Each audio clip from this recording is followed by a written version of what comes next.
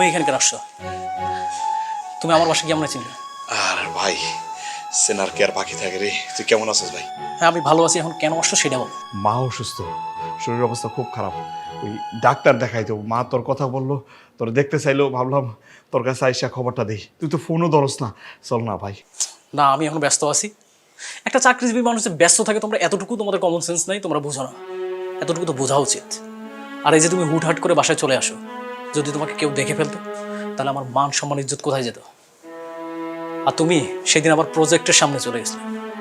আর ওই দিন যদি আমি পরিচয় দিতাম যে তুমি এইরকম ফ্যামিলি থেকে আমি উঠে আসছি আর এই ফ্যামিলিতে আমি বড় হয়ে এসে এই ধরনের চাকরি করতেছি, তাহলে আমার মান সম্মান ইজ্জত কোথায় যেত? আর শোনো, আমি হচ্ছে আমাদের চেয়ারম্যান স্যারের মেয়েকে বিয়ে করছি। কি কস ভাই, তুই বিয়ে করে ফেলাইছস? একবারও জানাইলি না। আর আমি তোর ভাই, রক্তের ভাই। আমি পরিচয় দিলে তোর মান সম্মান সব নষ্ট হয়ে যেত।